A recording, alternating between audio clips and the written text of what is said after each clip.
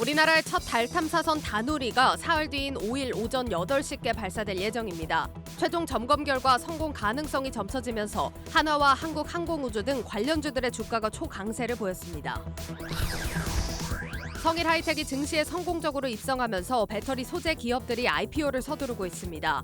오는 4일 세비캠의 코스닥 상장을 시작으로 시가총액 3조 원대의 WCP 등이 줄줄이 대기하고 있습니다.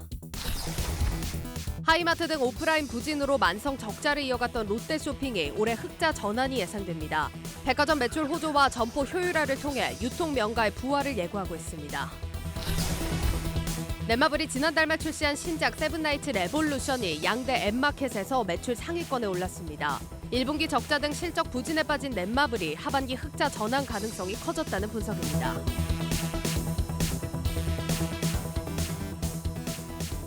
여러분 안녕하십니까? 8월 2일 뉴스플러스 시작합니다. 오늘의 증시 상황 박혜린 기자와 분석해 보겠습니다. 박 기자, 증시가 오늘도 큰 방향성이 없었네요. 그렇습니다. 미중 갈등과 인플레이션 우려가 증시에 부담을 줬습니다. 지난달 국내 소비자 물가는 지난해와 비교해 6.3%나 올랐는데요.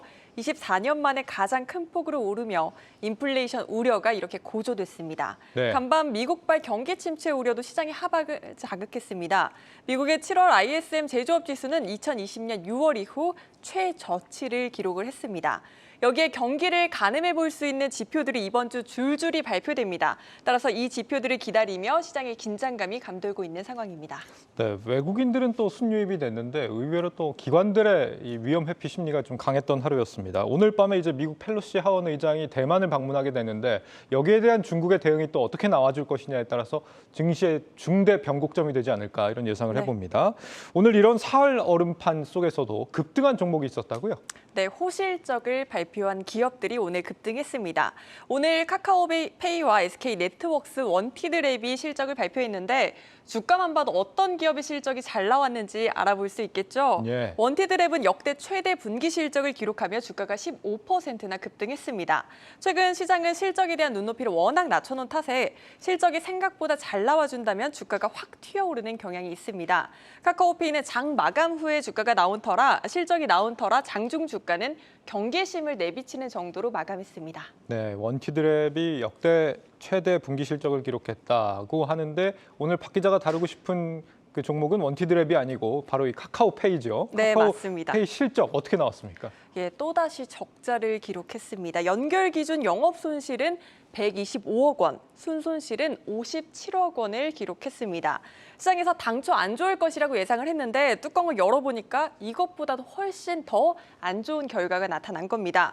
기존 전망에 따르면 올해 내에 흑자 전환이 가능할 것으로 봤는데 예상보다 훨씬 실적이 악화되며 연간 실적 전망치도 수정될 가능성이 높아졌습니다. 네, 적자를 또 봤다. 어떤 부분이 실적에 악영향을 줬을까요? 네, 카카오페이 측은 삼보 전진을 위한 일부 후퇴다 이렇게 정리를 했는데요.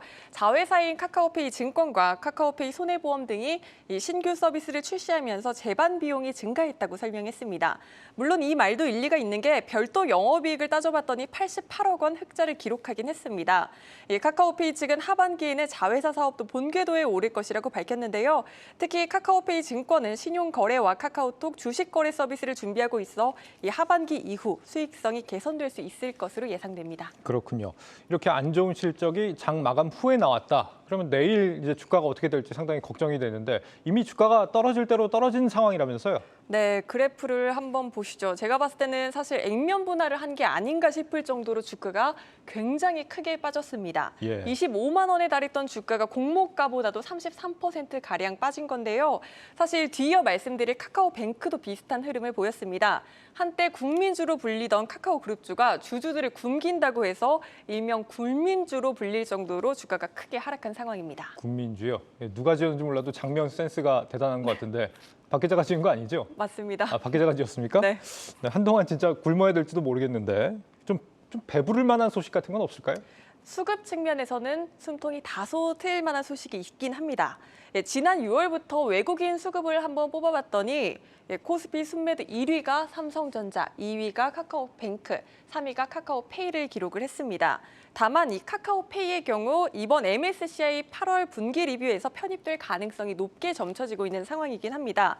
이 지수에 편입되게 되면 940억 원의 패시브 자금이 수요가 발생할 것으로 예상됩니다. 네. 뭐 기존엔 편입이 안 돼 있었나 보죠. 이게 언제쯤 결정이 납니까? 유통 가능 주식 비율이 편입이 위한 최소 비율인 15%를 넘지 못했는데 그래서 그동안 편입이 불가했었는데 지난 6월 알리페이가 카카오페이 지분 500만 주를 블록들로 매각하면서 이 유통 주식 비율이 15% 이상으로 늘었습니다. 이번 분기 리뷰에서 그래서 편입될 가능성이 높게 점쳐지고 있고요. 결과는 장 시작 전 12일 장 시작 전에 발표가 되고 편입이 결정되면 이달 31일 종가 기준으로 적용이 되게 됩니다. 네, 다음 주 정도면 결과를 알 수 있겠네요. 940억 원 정도면 뭐 효과가 그렇게 크진 않을 것 같기도 합니다. 카카오페이 실적이 나왔고 카카오뱅크는 어떻습니까, 요즘? 네, 카카오뱅크는 사실 이번 주 토요일 첫 생일을 맞는데 그렇게 잔치 분위기는 아닙니다. 네. 94,400원까지 올랐던 주가는 오늘 기준 이보다 약 68%나 하락했고 공모가 기준에서도 크게 밑돌고 있는 상황입니다. 인터넷 전문은행 최초로 상장했을 당시 시장의 기대감이 팽배했으나 실제 실적 구조를 한번 따져봤더니까 기존 은행과 마찬가지로 영업 수익의 대부분을 이자 수익에서 내고 있었습니다. 금융권의 새로운 매기가 될 줄 알았는데 기존 은행과 비슷하게 안주하는 모습을 보이며 투자자도 업계도 실망감을 내비치고 있는 상황입니다. 여기도 굴민주 반열에 오르게 될 수도 있겠네요. 카카오뱅크 실적은 언제쯤 나옵니까? 내일 나옵니다. 2분기 실적 추정치를 먼저 따져봤더니 카카오페이와 비교해선 한결 나은 결과였습니다. 네. 증권가에서 추정한 카카오뱅크 2분기 순이익 전망치는 741억 원으로 전년 대비 6.88% 증가한 것으로 집계됐습니다. 네, 그나마 순이익이 개선됐다니까 다행이긴 한데 이 정도 수준이면 어떻게 평가를 해봐야 될까요? 네, 사실 증권가의 시각은 조금 냉담하긴 합니다. 이익이 물론 이렇게 꾸준히 증가하고 있긴 하지만 그간 전년 동기 대비 30에서 40% 성장을 이어왔던 것과 비교하면 성장성이 둔화됐다는 평가가 나옵니다. KB증권 등은 수수료와 플랫폼 부문의 수익 성장이 정체되고 추가 충당금 적립 부담이 반영돼 이익이 주춤할 것이라고 전망했습니다. 또 하나 아쉬운 점이 바로 배당인데요. 은행주는 배당의 꽃으로 불리잖아요. 그런데 이 은행주는 이 현 주가에서 평균 연 5% 이상의 배당 수익률이 기대되는데 카카오뱅크는 당분간 배당이 없을 것이기 때문에 이에 대한 기회비용까지 감안해야 한다는 조언이 나오고 있습니다. 네, 증시 프리즘 박혜린 기자였습니다.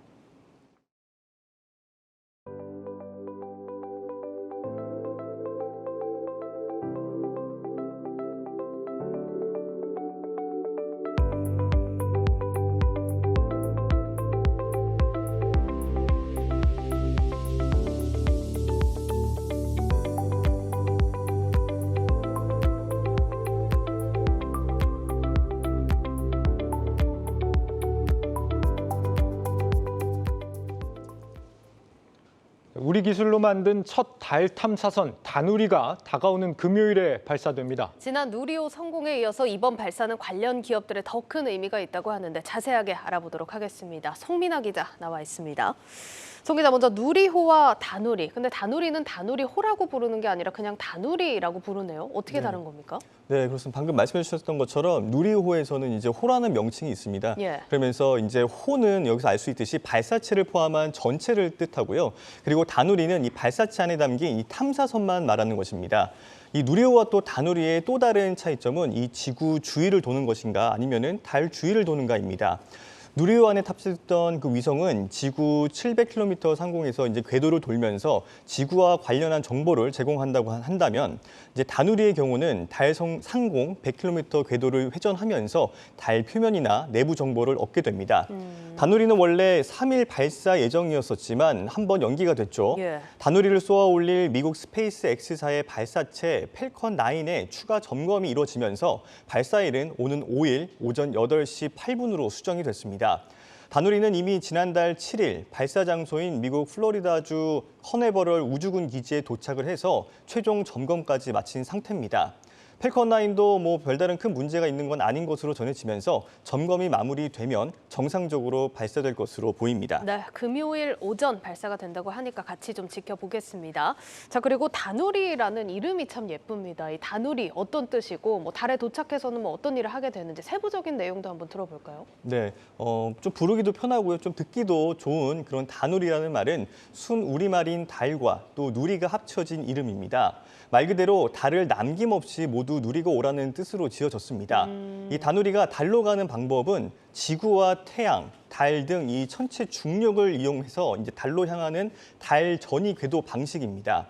6일 만에 도착하는 직접 궤도 방식도 있고요. 그리고 지구 궤도를 3바퀴에서 한 5바퀴 정도를 돌면서 점차 고도를 높인 다음에 직접 달 궤도로 진입을 하는 위상 궤도 방식도 있었지만 과기정통부와 항우연은 달까지 도달하는 데 넉 달 반, 일정으로 좀 따지면은 137일이나 걸리는 그런 방식을 좀 선택을 한 겁니다. 예. 이 방식은 단 1도만 틀어져도 600km의 오차가 발생할 정도로 고도의 기술이 좀 필요로 하는데요. 이 항법은 지구와 달의 거리인 30만 4천 킬로미터보다 4배가 넘는 최대 156만 킬로미터를 돌아간다는 단점도 있습니다. 예. 그런데도 이 방법을 선택한 이유는 바로 이 연료 소비량이 적기 때문인데요. 다른 항법에 비해서 달에 도달하는 데까지 연료 소모량이 25%가량 적어서 임무 수행 기간을 더 늘릴 수 있다는 장점이 있습니다. 다누리는 위성에 탑재된 6개의 탑재체 임무를 1년 동안 성공적으로 수행하는 것이 목적이기 때문에 도달 시간을 단축하기보다는 효율성을 택한 겁니다. 그렇군요. 그럼 달에 도착해서는 이제 어떤 역할을 맡게 되는 겁니까? 네, 뭐 개발에 착수한 지 이제 7년 만에 모습을 드러낸 다누리는 네. 일단 좀 모습을 보여드리면 가로 2.14m, 세로 1.82m, 높이 2.19m의 직육면체 형태를 지녔습니다. 가정용 냉장고를 한 2개 정도 붙여놓은 정도의 크기다라고 생각을 하시면 될 것 같습니다. 크기는 뭐 그렇게 크지 않아도 다누리가 맡은 임무는 상당히 막중합니다. 이 달 상공 100km 궤도에 오르면 이 다누리는 크게 3가지 임무를 수행하게 되는데요. 이 달 표면의 그 지형 지물을 파악하기 위한 관측 촬영과 또 달 내부에 어떤 자원이 분포하고 있는지를 알아내기 위한 특수 촬영, 그리고 이제 빛이 전혀 들어오지 않는 곳을 집중적으로 찍는 고강도 촬영 이렇게 3가지가 좀 준비가 되어 있습니다. 네. 특히 이 결과를 활용해서 미 항공우주국 나사는 오는 2025년 이후로 예정이 돼 있는 유인 달 탐사 계획이죠. 아르테미스 계획의 그 착륙 후보지를 결정할 예정이라서 우주 강국에서도 이 다누리의 역할에 상당히 주목을 하고 있습니다. 이번에 이 달 탐사 과제를 수행하는 그 장비들이 대부분 국내 기술로 만들어졌다면서요? 네, 그렇습니다. 모두 6개의 탑재체가 실렸는데요. 이 중에서 5개가 이제 국내 기술이고 나머지 1개만 나사가 개발한 장비입니다. 구체적으로 좀 살펴보면 이 광시야 평광 카메라인 폴캠은 한국천문연구원이 개발했습니다. 이 폴캠은 특정 방향으로만 진동하는 이 빛의 평광의 특성을 좀 활용해서 달 표면의 입자 크기나 티타늄의 분포를 확인하는 데 쓰이는 장비입니다. 또 이 경희대학교 연구팀이 개발한 자기장 측정기는 달 주변과 이 표면의 자기장의 세기를 보다 정확하게 관측할 수가 있어서 달 생성의 미스터리를 풀 것으로 기대가 됩니다. 특히 이 한국전자통신연구원이 개발한 우주 인터넷 검증기도 좀 주목을 해볼 장비인데요.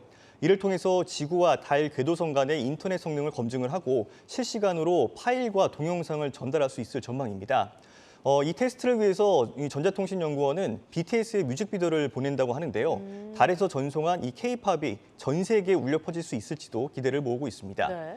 또 이 밖에 다누리를 달 궤도에 정상적으로 올리기 위한 국내 기술도 이제 국내 업체가 참여를 했는데요. 한국항공우주산업 카이와 또 주한화가 주로 참여를 했습니다. 다누리 본체의 총 조립과 또 원격 측정 명령계를 설정하는 그런 설계하는 과정은 카이가 주로 담당을 했고요. 예. 또 다누리의 궤도 수정과 또 자세 제어용 추진 시스템을 설계하고 제작하는 과정은 주한화가 담당을 했습니다. 또 하나시스템과 SK 브로드밴드, 또 현대로템과 같은 다양한 기업들도 이번 다누리 발사에 힘을 보탰습니다. 네, 지금 이런 기업들, 뭐 카이, 한화 이런 기업들 지금 수혜주로 꼽히긴 하는데 과거 이제 누리호 같은 경우를 보면은 발사 이전에는 굉장히 좀 주가가 많이 오르다가 발사하고 난 성공한 뒤에는 오히려 또 주가가 빠지는 이런 흐름도 볼 수 있었거든요. 이번에는 좀 다를까요? 네, 그렇습니다. 그 당시에는 어떻게 보면 이제 발사에 성공하면은 어떻게 보면은 조금 이 과정을 확인하는 그런 테스트베드 역할을 했다면 이번에는 미 나사와 직접적으로 협업을 이룬다는 과정에서 실질적으로 조금 이거 활용될 수 있다라는 기대감이 더 큰 상황입니다. 네. 그렇기 때문에 이 누리호 때와는 좀 다르다는 것이 업계의 분석입니다. 다누리는 이 발사한 후에 한두 시간 안에 교신이 또 이루어지면서 이 발사 성공 여부가 확인이 되는 만큼 관련 기업들의 주가 흐름도 한번 살펴볼 필요가 있겠습니다. 이런 발사의 성공이나 뭐 이런 부분들이 당장 뭐 실적의 개선에 보탬이 되거나 이런 부분은 분명 아니긴 하겠지만 이번에 이제 다누리 발사가 성공을 하게 되면 어쨌거나 뭐 우리 우주 산업의 어떤 위상이나 이런 게 좀 올라간다라고 볼 수 있는 부분은 분명히 있을 텐데 구체적으로 어떤 것들을 좀 기대해 볼 수 있을까요?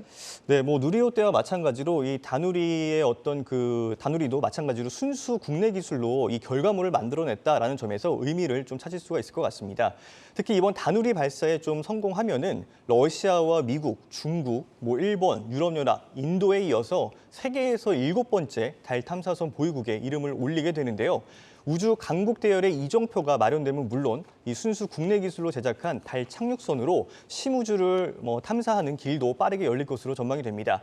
다만 이러한 국내의 좀 우주 산업 역량을 강화하기 위해서는 민간 기업의 역할이 그 무엇보다 더 중요한데요. 국가 주도의 올드 스페이스에서 이제는 민간이 주도하는 뉴 스페이스로 빠르게 전환해야 한다는 데에는 이견이 없었습니다. 네, 여기까지 듣겠습니다. 산업부 송민아 기자였습니다.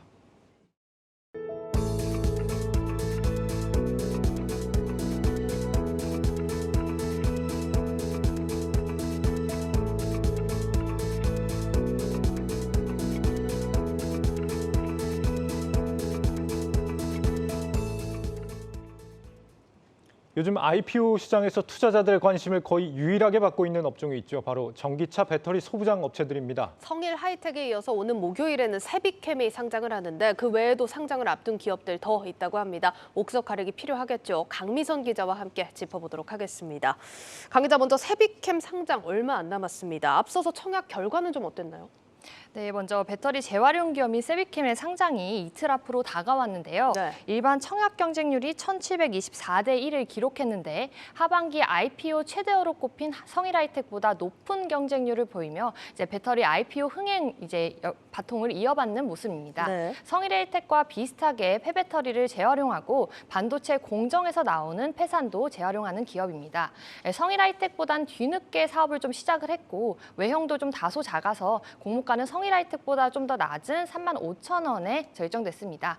따상에 성공할지 이제 시장의 관심이 좀 집중되고 있습니다. 이 성일하이텍 같은 경우는 아쉽게도 따상에는 실패를 했는데 그래도 거의 공모가의 2배 정도 수준에는 머물고 있는 것 같습니다. 세비캠도 좀 기대를 해봐야 되고 그 다음 타자도 있다면서요? 네, 다음으로는 배터리 장구 부품업체인 HYTC가 9일 상장을 좀 앞두고 있는데요. 태광의 자회사이며 이제 금융업체로부터 출발한 기업입니다. 화면을 보시면요, 배터리 제조 과정은 이제 마치 밀가루에서 쿠키를 만드는 과정과 비슷합니다. 소재들을 섞고 얇게 이제 판에 바른 뒤, 그다음 건조를 하고 누릅니다. 그리고 이제 규격에 맞춰 자른 뒤 이제 틀에 또 맞춰서 조립을 해야 하나의 배터리가 만들어지는데요. 이런 과정에서 전극을 잘라주는 나이프 유닛, 배터리 크기에 맞춰 극판을 절단하는 커터 등을 만드는 회사입니다. 네.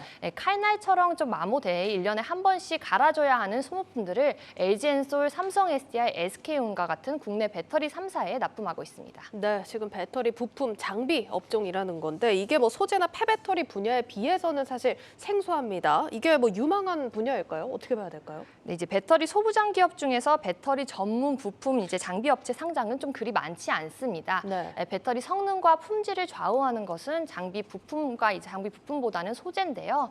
배터리에서 장비와 부품은 이제 마치 배터리 재활용과 달리 이제 배터리 3사의 의존적 시장 구조에서 좀 성장이 제한적이라는 평가가 많습니다. 이 점에 대해서 HYTC 측도 좀 인지하고 있었는데요. HYTC 관계자는 테슬라, 노스볼트 등 해외 고객사들을 좀 확보했고 앞으로 다른 고객사들도 더 확보할 예정이라고 좀 전했습니다. 네, 이게 뭐 특정 업체와 독점적으로 관계를 맺는다든지 하는 건 아니지만 오히려 여러 고객사를 더 확보할 수 있다는 측면에서는 기회가 될 수도 있겠다 이런 생각도 듭니다. 그리고 이 배터리계의 지금 IPO 대여급으로 불리는 그런 것도 지금 앞두고 있다면서요? 네, 이제 바로 3조 대여로 평가받는 배터리 분리막 업체 WCP입니다. 공모가가 만약에 최상 단위 10만 원에 결정이 되면 바로 코스닥 시가총액 5위 자리에 이제 올라서게 되는데요. 네. 이 회사는 이제 이달 말 원래 상장 예정이었는데 다음 달 23일로 좀 미뤄졌습니다. 최근에 IPO 시장이 좀 얼어붙은 데다 고평가 논란 속에 좀 휩싸이자 이제 2분기 실적을 투자자들에게 확실하게 보여주기 위해서라고 좀 회사 측은 설명을 했는데요. WCP가 이제 취급하는 분리막은 양극재와 함께 배터리에서 가장 중요한 소재입니다. 배터리에서 좀 불이 났을 때 주요 원인으로 꼽히는 이런 소재라서 통상적으로 배터리사들이 분리막 업체와 이제 리콜 비용을 좀 같이 분담하려고 합니다. 당장 1조에서 2조 원의 리콜 비용 지불 능력이 있느냐가 굉장히 중요한데 WCP 같은 경우 지난해 기준으로 총 자본이 4,704억 원 수준으로 좀 충분해 보이지는 않습니다. 또 분리막 업체인 이제 배터리 제조사들과 이제 실적을 이제 미리 따라가는 점도 잘 보셔야 할 텐데요. WCP의 주요 고객사는 삼성 SDI입니다. 삼성 SDI가 배터리 3사 중에서 역대 최대 실적을 좀 기록하고 있는 만큼 WCP도 지난해 기준 영업이익이 4배 가까이 늘어났는데요. 반면 이제 WCP의 경쟁사라고 할 수 있는 SKIT는 이제 SK온이 영업 적자를 이제 계속 내면서 3분기 연속 적자를 기록하고 있습니다. 앞으로 배터리 3사의 실적에 따라 이제 서로의 상황이 반대될 수 있는 점도 위험 요인으로 꼽을 수 있겠습니다. 네, 이 WCP 일반 청약 다음 달 20일부터라고 하니까 좀 같이 지켜보시면 좋을 것 같습니다. 이렇게 지금 상장을 앞둔 배터리 소부장 기업들 좀 살펴봤는데 앞으로의 이 경쟁력 좀 어떻게 봐야겠습니까? 네, 앞으로 3년 뒤는 공급자 우위인 시장이 끝나고 배터리 수요와 공급이 어느 정도 균형을 이제 이룰 것으로 예상되는데요.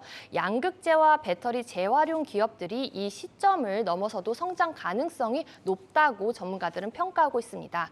중국과 국내 배터리 3사에 대한 의존도가 낮기 때문인데요. 양극재는 앞으로 개발 범위가 방대하고 배터리 재활용은 이제 원재료에 대한 중국의 의존도를 좀 낮출 수 있었습니다. 현재 양산 규모도 좀 체크 포인트인데요. 대규모 양산이 가능한 기업인지 아니면 연구개발에 그쳐 있는 기업인지 잘 따져봐야 됩니다. 지금 당장 대량 생산이 좀 가능해야 이제 몇 년 뒤에는 단가를 더 낮춰서 시장을 선점할 수 있기 때문입니다. 알겠습니다. 여기까지 듣겠습니다. 산업부 강미선 기자였습니다.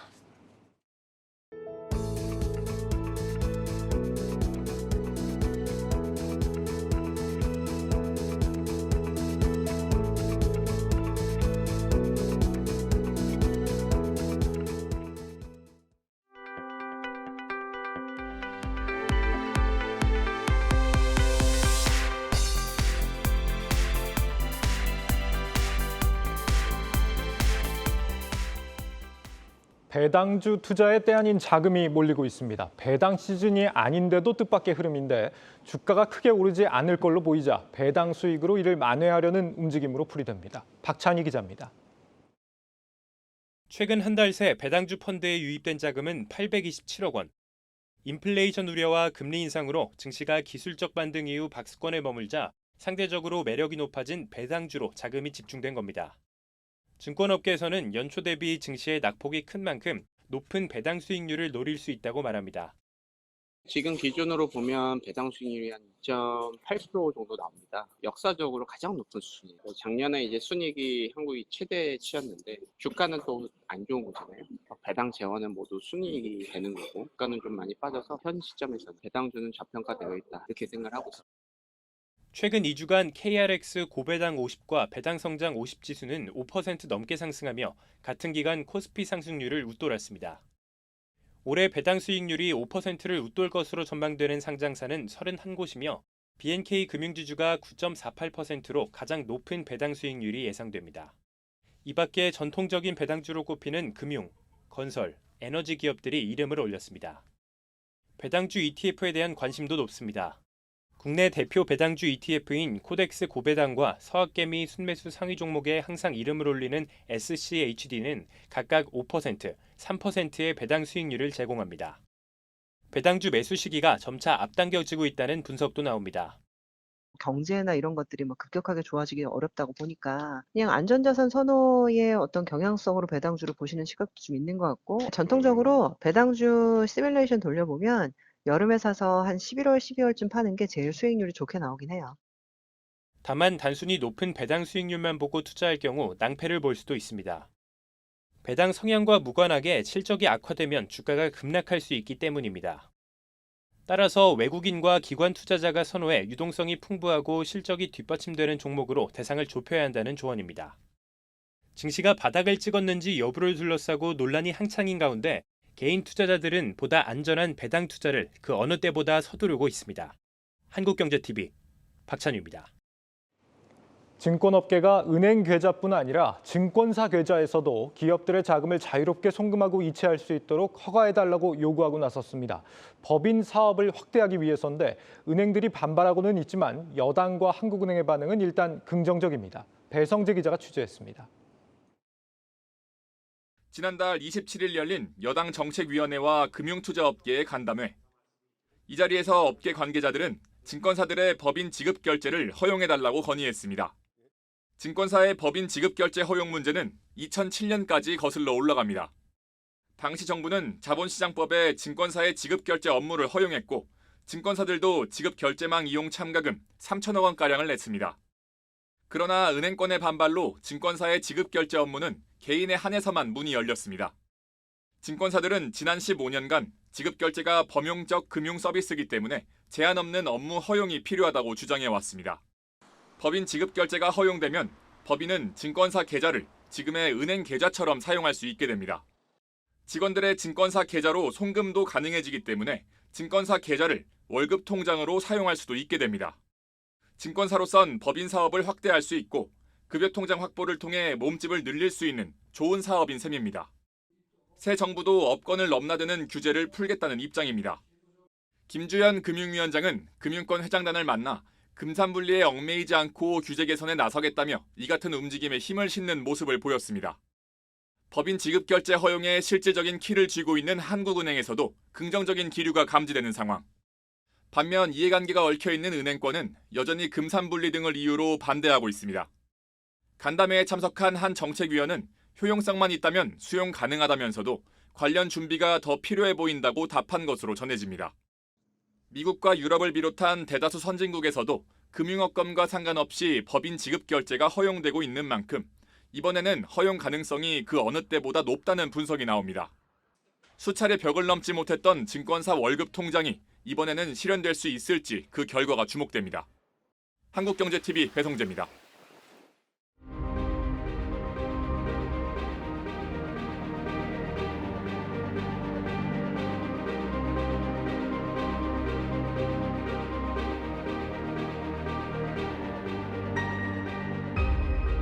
공공기관 혁신 노력의 총력을 민간 경제 혁신을 통한 어떤 성장 산대를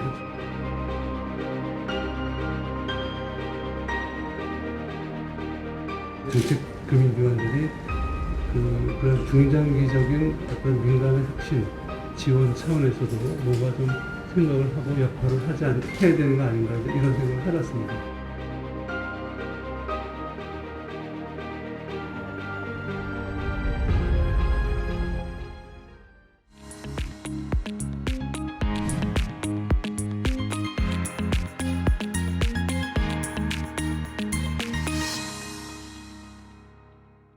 네, 최근 고물가 기조로 유통회사들 상황이 어려울 줄 알았는데 실적이 의외로 선방하는 모습을 보이고 있습니다. 특히나 롯데쇼핑 올해 흑자로 돌아설 수 있을 거다 이런 전망까지 나오고 있다고 하는데 유통산업부 유호성 기자와 상황 짚어보겠습니다. 유 기자, 특히나 롯데쇼핑의 실적 전망이 좀 괜찮아지고 있나 봅니다. 예, 그렇습니다. 이 시장의 경기 침체와 소비 둔화 우려가 무색할 정도로 롯데쇼핑의 2분기 실적 나쁘지 않습니다. 네. 5일에 롯데쇼핑 실적 발표가 이루어질 예정인데 시장에서는 롯데쇼핑의 2분기 매출을 4조 원, 영업이익을 597억 원 수준으로 추정하고 있습니다. 특히 롯데백화점을 중심으로 견조한 실적을 올릴 것으로 전망되는데요. 롯데백화점은 2분기 매출 8,060억 원, 영업이익 800억 원이 날 것으로 관측되고 있습니다. 이유는 패션과 잡화 품목에 대한 수요가 늘어난 덕인데 실제로 역성장을 하거나 잘해야 한 자릿수 매출 증가율을 보였던 작년과 달리 올해는 두 자릿수 성장률을 보였습니다.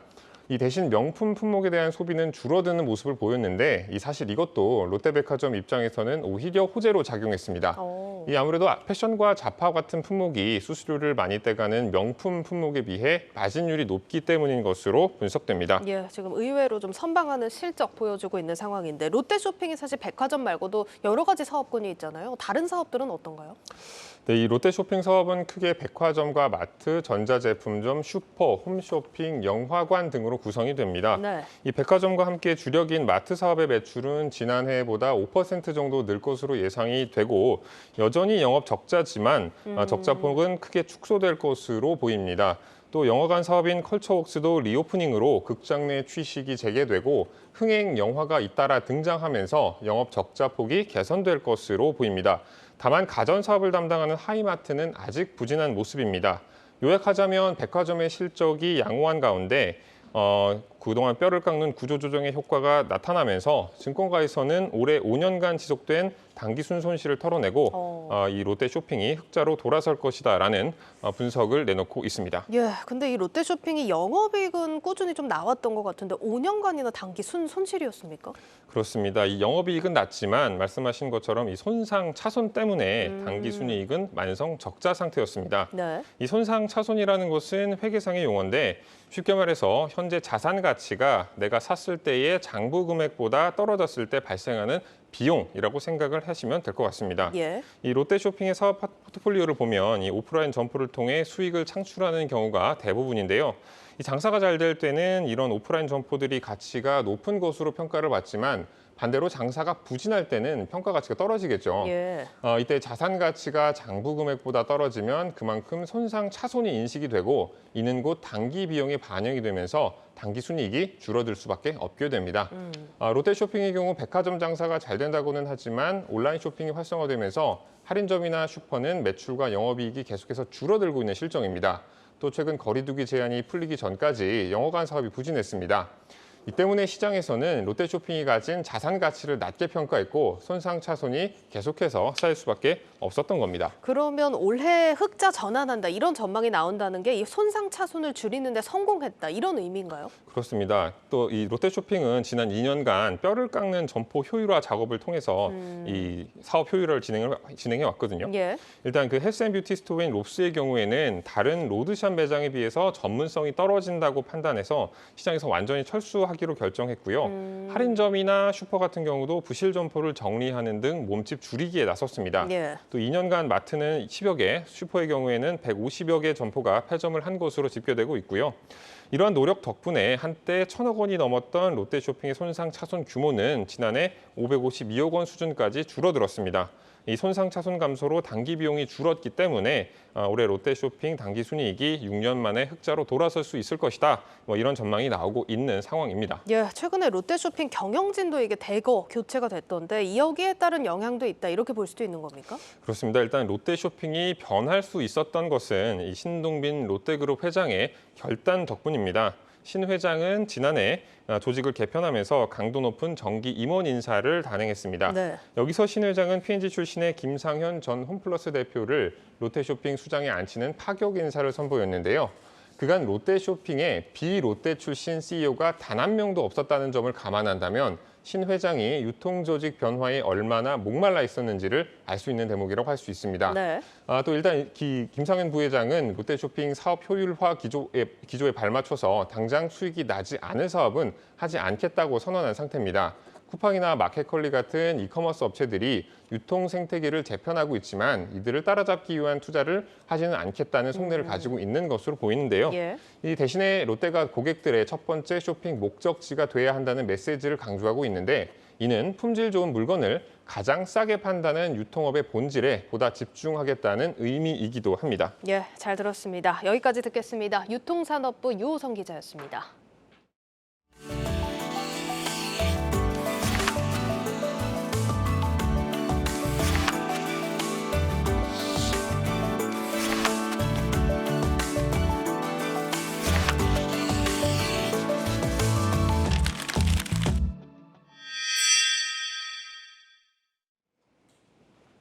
네, 기업앤 이슈 시간입니다. 지난 분기까지 대형 신작 부재로 부진한 성적을 거뒀던 넷마블이 새로운 게임을 출시했습니다. IT바이오부 신동호 기자와 이 사안 다뤄보도록 하겠습니다.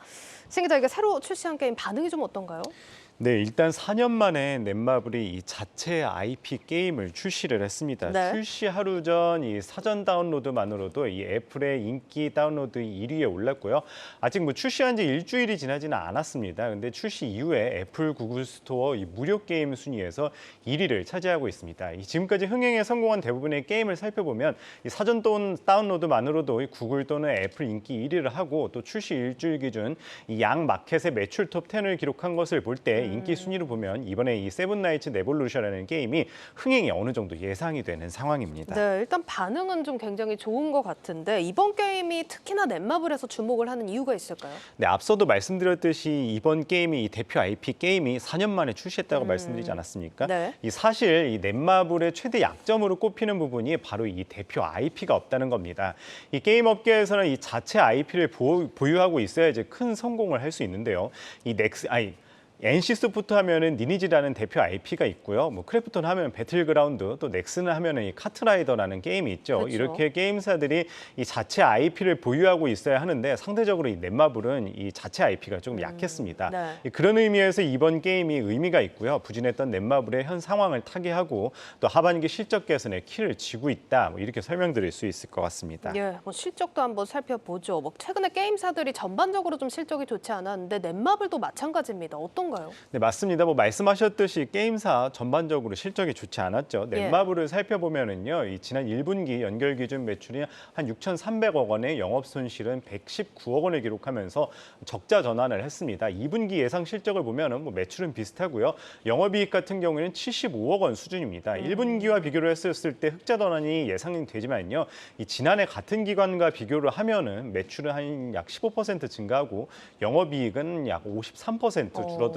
이렇게 말씀드릴 수 있을 것 같고요. 예. 원작인 세븐나이츠가 2014년에 출시된 모바일 게임으로 이 그해 국내 이 앱 마켓에서 매출 1위를 달성을 하며 이 넷마블의 매출 2조 원 시대를 견인을 했었습니다.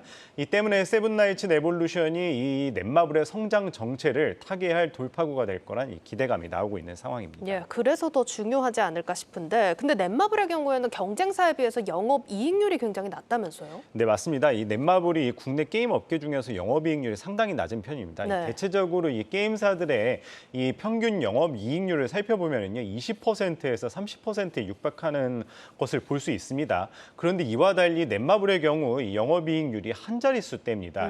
이 구조 자체가 영업이익이 많이 나오지 않는 구조인데요. 예. 앞에서도 이제 계속 말씀을 드렸는데 이 넷마블의 경우 대형 IP, 이 자체 IP가 상당히 적다고 이야기를 했었었죠. 이미 이제 자체 IP보다는 이미 인지도가 있는 IP 이용권을 구매한 후에 게임으로 만드는 방법을 주로 활용했기 때문인데요.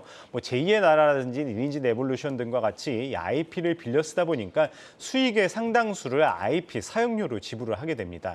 그렇기 때문에 세븐나이츠가 이 넷마블이 직접 개발한 IP인 만큼 흥행 성적이 곧 넷마블 수익과 직결되겠죠. 그래서 이번 게임 흥행이 더욱 중요한 이유입니다. 알겠습니다. 그리고 넷마블이 또 블록체인 사업에도 또 진출을 한다 이렇게 얘기를 했는데 네. 여기와 관련된 부분은 좀 어떻습니까? 사실 넷마블뿐만 아니라 게임사 대부분들이 이제 블록체인 사업에 진출을 하는데요. 그렇죠. 넷마블도 이제 마찬가지입니다. 예. 이 블록체인 사업을 미래 먹거리 중 하나로 생각을 하고 있는데 이 자회사 마블렉스를 통해서 블록체인 생태계를 구성한 후에 관련 사업을 확장을 했었습니다. 그런데 최근이었죠. 이 테라누나 사태가 확산이 하면서 이 P2E 게임이라고 하죠. 이 게임을 하면서 돈을 번다 이런 개념의 P2E 게임이 주춤한 상황입니다.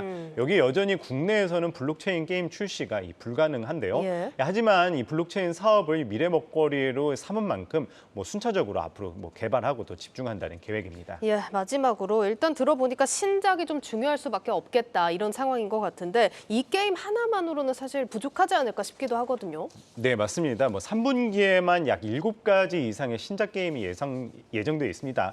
하지만 이번 게임이 자체 IP인 만큼 거는 기대가 상당합니다. 이것이 얼마나 잘 되느냐에 따라서 후속 게임에도 어느 정도 영향을 받을 수밖에 없는데요. 이번 게임의 흥행이 중요할 수밖에 없는 이유입니다. 여기에 또 향후 세븐나이츠 시리즈에 앞서 말씀드렸듯이 이제 블록체인 사업을 관련해서 연관지어서 도입 또한 이루어질 수 있게 네. 결국 이번 게임이 이제 징검다리 역할을 든든히 해줘야 된다 이런 분석도 나오고 있습니다. 네, 잘 들었습니다. IT 바이오부 신동호 기자였습니다.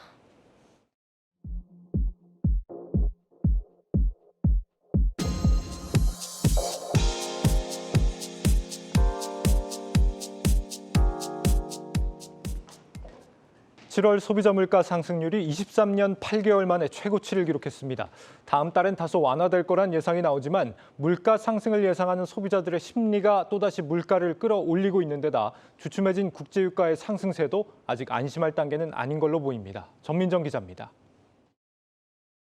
외환위기 수준의 물가 충격이 한 달 만에 또 우리 경제를 강타했습니다. 7월 소비자 물가 상승률은 6.3%, 6월에 이어 2달 연속 6%대 상승률을 기록한 건데 원달러 환율이 폭등하면서 6.8%까지 치솟았던 98년 10월 이후 가장 높은 수준입니다. 생활물가 상승률이 8%대에 근접하며 서민들이 체감하는 물가 오름세는 더 커졌습니다. 공공요금 인상에 전기, 가스, 수도요금이 16%나 올랐고 폭염과 장마 여파로 신선채소 물가는 26%나 폭등했습니다. 그나마 다행스러운 점은 최근 국제유가와 원자재 곡물가가 하락세를 보이며 물가 상승 속도가 둔화되고 있다는 것입니다. 다음 달부터는 물가 급등세가 한풀 꺾여 역대 최고치인 7%대를 찍을 가능성은 크지 않다는 분석도 나옵니다. 국제유가 급등 등 우리 물가 상승을 주도했던 대외적 요인들이 다소 완화되는 조짐을 보이고 있고요. 지난해 팔골이 높았던 데 따른 기저효과도 어느 정도 작용할 것으로 보이기 때문에 다음 달에는 오름세가 그렇게 확대되지는 않으리라고. 하지만 기대 인플레이션이 높아 당분간 6%대 물가 오름세는 불가피한 상황.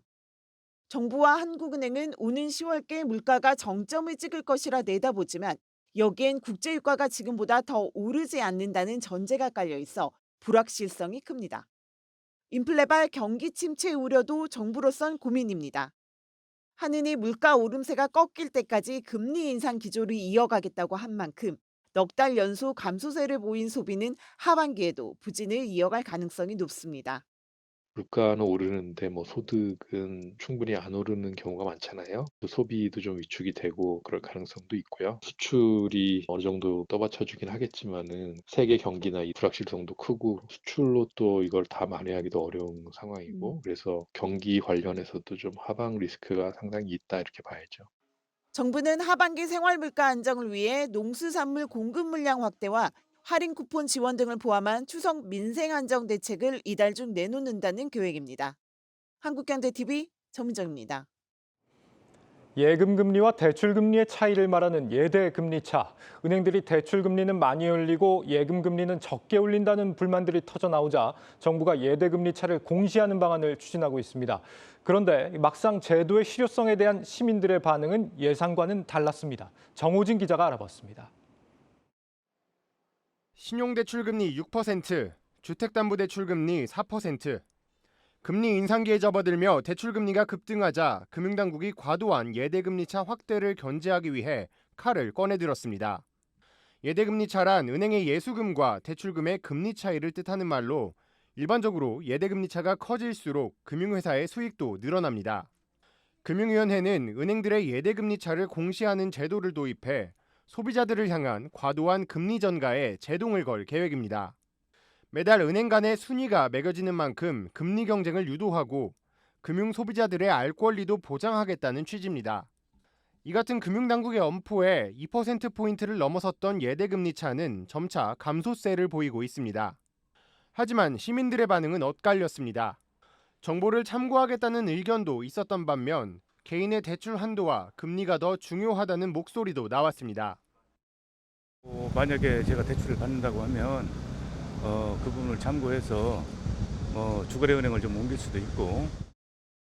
은행마다 이제 종류도 많고 같아서 좀 집중이 안 돼서 별도로 이제 알아보고 하는 게 나을 것 같아요. 일단 개인적으로 알아봐서 제 한도를 더 많이 알아볼 것 같습니다. 예대금리차 공시제도가 도입될 경우 중저신용자들에 대한 시중은행의 문턱이 더욱 높아지는 부작용도 우려됩니다. 중저신용자 대출 취급이 늘수록 대출금리가 커지기 때문에 예대금리차를 낮추기 위해 은행들이 대출 가려받기에 나설 수 있는 겁니다. 전문가들은 공시제도만으로는 예대금리차를 줄이는 데에 한계가 있다며 보완책이 마련돼야 한다고 조언합니다. 변동금리는 사실 그게 어렵지만 고정금리는 이제 상한선제 도입이 가능하거든요. 변동금리는 시장이 연동돼 있지만 고정금리는 은행이 정하는 거기 때문에 대출금리 상한선제로 하는 게 예대금리 차를 이제 관리하는 것보다 효과적일 것 같고. 이번 달 도입을 앞둔 예대금리차 공시제도가 소비자는 체감하지 못하고 금융사에 목줄만 잴 수 있다는 우려가 나오는 이유입니다. 한국경제TV 정호진입니다.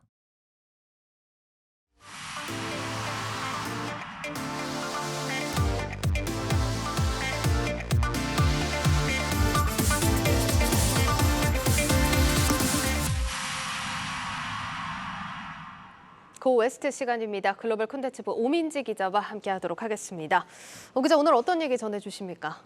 지금이 또 휴가철이지 않습니까? 예. 원래 이 여름 휴가라고 하면 뭐 비행기도 좀 타고 이 해외여행을 좀 다녀와야 되는데 이 리오프닝이 다시 시작되면서 여행 수요가 늘겠다 이런 기대감으로 수혜를 받겠다고 기대됐던 기업 중 하나가 바로 오늘의 주인공입니다. 대표적인 미국 항공기 제조회사죠. 보잉이 오늘의 주인공입니다. 예, 보잉이 사실 리오프닝으로 기대는 컸었는데 생각보다 주가가 좀 크게 오르진 못했다라는 느낌 받거든요. 맞습니다. 이 보잉의 최근 5년 동안의 주가 그래프 함께 보시겠습니다. 보시면 2020년 코로나 국면을 맞이하면서 주가가 크게 떨어졌는데요. 예. 2021년에 조금 회복세를 보이는가 싶더니 올해 들어서는 다시 20년 수준에 머물고 있습니다. 이 코로나 이후 리오프닝으로 수혜가 기대됐던 것에 비해서는 주가가 지지부진한 모습인데요. 하지만 어제 보잉이 787개 인도를 다시 시작한다는 호재가 전해지면서 간밤에 보잉의 주가 6.13% 올랐습니다. 네, 어제 이렇게 호재가 나오면서 크게 오르긴 했는데 근본적인 문제점을 한번 짚어봐야겠죠. 리오프닝을 했는데도 불구하고 주가 왜 이렇게 못 올랐던 겁니까? 보잉의 경우 여러 가지 요인들이 좀 복합적으로 작용했다 이렇게 봐야 되겠습니다. 네. 먼저는 국제 갈등 사이에서도 어려움이 있었는데요. 미중 갈등 속에서 중국 국영 항공사들이 항공기 수주를 대거 보잉의 경쟁사인 에어버스로 몰아준 겁니다. 지난달 초 중국의 동방항공, 남방항공, 에어차이나 등 이 국영 항공사들은 이 유럽의 에어버스에게 292대를 구매하겠다 이렇게 밝혔는데요. 일각에서는 이런 결정이 중국이 항공기 구매력을 바탕으로 미국에 견제하려는 것 아니냐 이런 관측으로 해석되기도 했습니다. 실제로 중국은 2017년 10월 이후로 보잉의 항공기를 구매하지 않고 있습니다. 네. 이런 상황에 또 미국 정부와의 계약도 보잉에게 불리하게 작용하면서 보잉은 미국에게도 치이고 중국에게도 치이고 있다 이런 지적을 받기도 했습니다. 근데 보잉은 미국 기업인데 왜 미국 정부와의 계약에서도 불리했던 겁니까? 이 보잉의 방산 부문 때문인데요. 보잉의 방산 부분은 미국 국방부와의 계약이 절대적으로 많은 비중을 차지하고 있습니다. 이때 계약은 가격을 미리 결정하는 경우가 많은데요.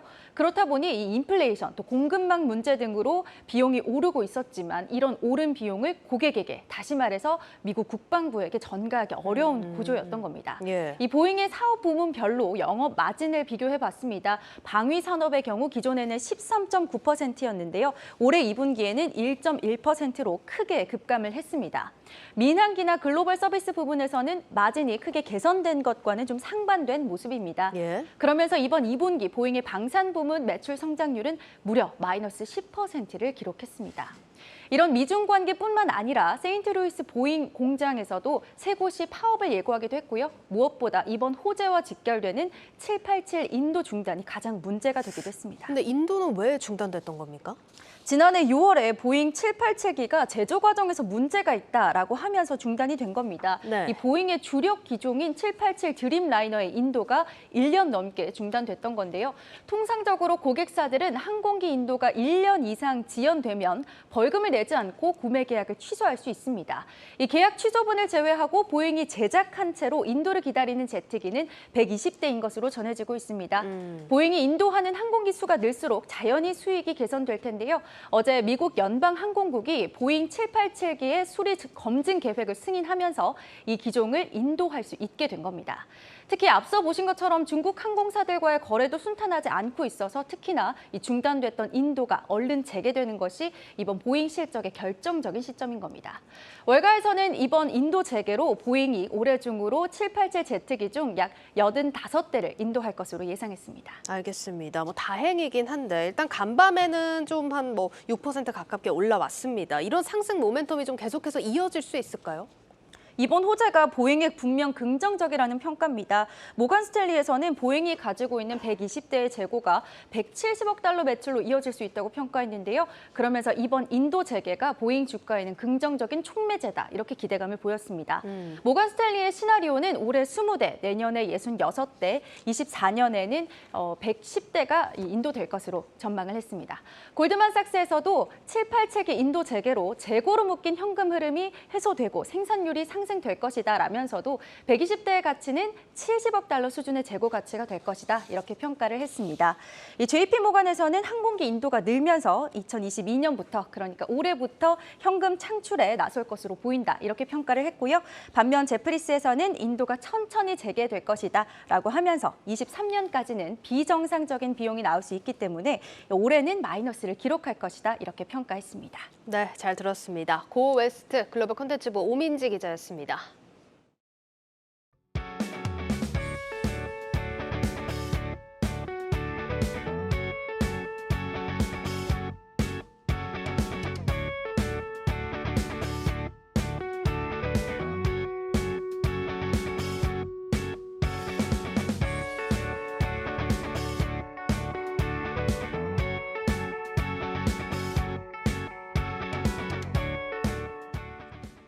네, 내일자 한국경제신문 미리 살펴봅니다. 국내 기업들의 실적을 가격 결정력이 갈랐다는 기사입니다. FN가이드에 따르면 2분기 실적을 발표한 94개 기업 가운데 증권사 컨센서스를 10% 이상 웃돈 곳은 30곳으로 나타났다고 합니다. 견조한 수요가 뒷받침된 자동차와 2차 전지, 그리고 시장 점유율 1위 업체들이 탄탄한 실적을 보였다는 분석입니다. 이런 실적 희비를 가른 것은 가격 결정력이라고 하는데 높아진 원가 부담을 판매 가격에 제때 반영할 수 있고 높은 수요와 시장 점유율이 뒷받침된 기업들이 승리자가 될 수 있었다는 겁니다. 반대로 가격 결정력을 쥐지 못한 건설, 석유화학 업체들은 수요 침체 같은 악재가 겹치면서 어닝 쇼크를 맞았다는 분석까지 전해드리겠습니다. 뉴스플러스를 마치겠습니다. 여러분 고맙습니다.